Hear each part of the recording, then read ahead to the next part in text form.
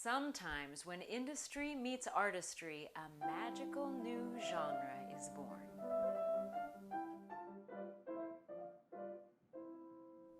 Hello and welcome back to Meet Mozart. I'm Angie, that's Mozart, and today we are going to dig into the cultural and historical factors that had to emerge and collide in order to bring art song to life and bring it to popularity at its prime in the 18 and 1900s. If you don't know what art song is, that's all right, we got you covered. Just be sure to hop on back to our What is Art Song video for all of the details. But in general, an art song is when a composer takes a pre-existing text, most usually a poem, and sets that text to music for classically trained voice and piano. So let's take a look at the first major factor that had to come into play, which is the development of the piano. The piano, as we've come to know it, really came on the scene in the mid to late 1800s. However, its evolution began as early as the year 1700. Keyboard instruments that predate the piano have a few major issues that really limited their musical vocabulary. The first of these was the harpsichord, which was loud enough to be heard in a hall over other instruments and singers, but because the strings were plucked and not hammered, it wasn't able to make a sustained legato line, and it also did not have the ability to have dynamic contrast simply by the way that the player touched the keys. So it pretty much always appeared along with other instruments, primarily the organ or the viola da gamba, which would help it to create those sustained lines and dynamics that the harpsichord couldn't offer on its own. The second was the clavichord, which did have more dynamic contrast as well as more ability to create a legato line, but it wasn't loud enough to be heard in a hall, so it was mainly used in the home. Keyboard craftsmen spent over 100 years developing the piano.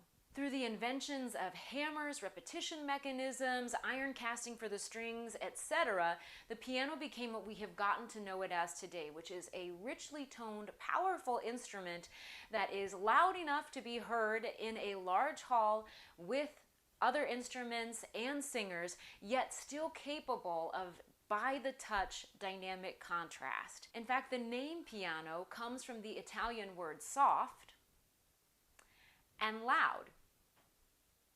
And they were originally introduced as piano fortes, but over time, the name was shortened to piano.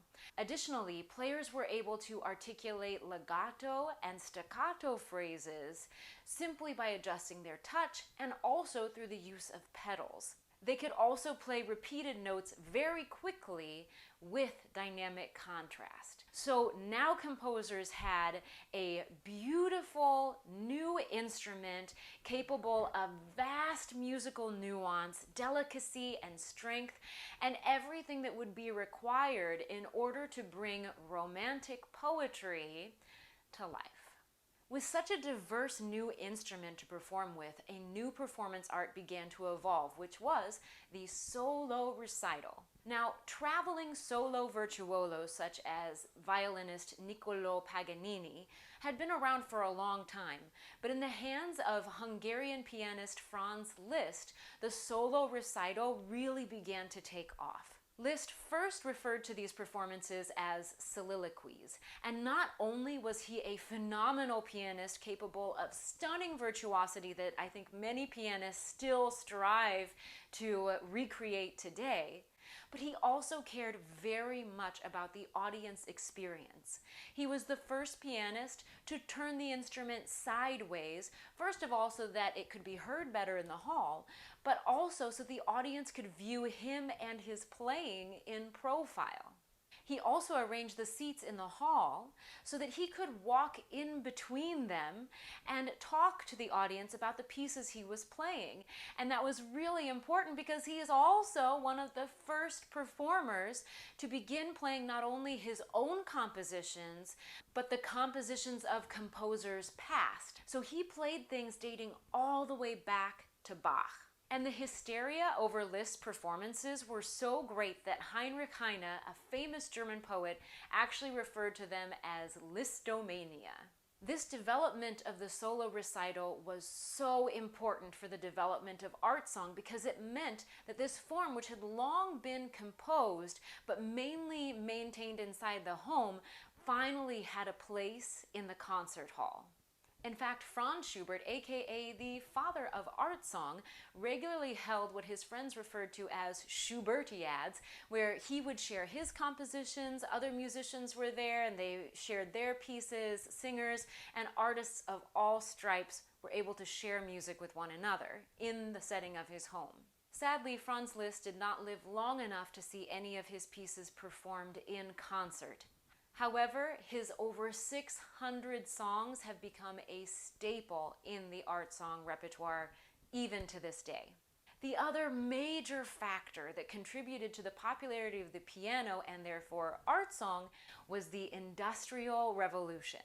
This meant that this amazing new instrument could be mass-produced and made widely available throughout Europe, America, and England. In fact, many of those same piano producers are still available today, such as Steinway and Sons, which came on the scene in 1853. Secondly, the Industrial Revolution created a lot of new jobs. Now, a lot of these opportunities were low-wage factory work, but it also contributed to a rise in inventors, merchants, business owners, etc. And with all of these new job opportunities, we saw the rise of the middle class. And with the middle class came a large segment of the population that now had access to disposable income. Income that could be used to attend something like a solo concert performance. But it could also be used in order to prove that they had just as much culture as the upper class. And the focal point of that demonstration was the piano. In fact, the piano is still a status symbol today. That's why so many people who don't play piano still have one in their homes. But the piano was so much more than a status symbol, and music education was something that was extremely important in this rising new middle class, especially for the women. And although many of them would never play the piano as well as someone like, say, Franz Liszt, they were still expected to be able to play well enough and sing well enough in order to entertain guests with the most popular, well-known folk, concert, and operatic repertoire of the day. Of course, the last piece of this puzzle, also due to the Industrial Revolution, was the ability to publish music en masse. Publishers like Breitkopf and Hartel, which are still around today and have existed since 1719, created the perfect link between the concert hall and the musically adept amateurs. So with the development of the piano, a desire for new concert art forms, a new class ready to participate both as audiences and as amateurs with the help of mass publication, art song was set and ready to thrive. So that's how art song became prominent in the 18 and early 1900s. But where is it today? Well, with the development of new instruments, especially the electronic ones, with this change in priority from music education being a standard skill to being more of a privilege, and with the development of recordings instead of a need for live in-home entertainment, the art song genre has sort of fallen into a little niche within the classical music world. And unless you study voice at a college level, it is very unlikely that you're going to be introduced to it at all. However, there are some really wonderful art song organizations that have popped up in recent years that are working to bring the genre back to a forefront. They've done some really fabulous work, and I'm going to go ahead and add a list of some of those organizations in the description below so that way you can find one near you and maybe even check out an art song recital. So that's what we've got for you today. Thank you all for joining us. I hope you enjoyed it. Please be sure to like, comment, subscribe, push all the fun buttons, including that little notification bell so you don't miss our next video. And we will see you next time. Bye.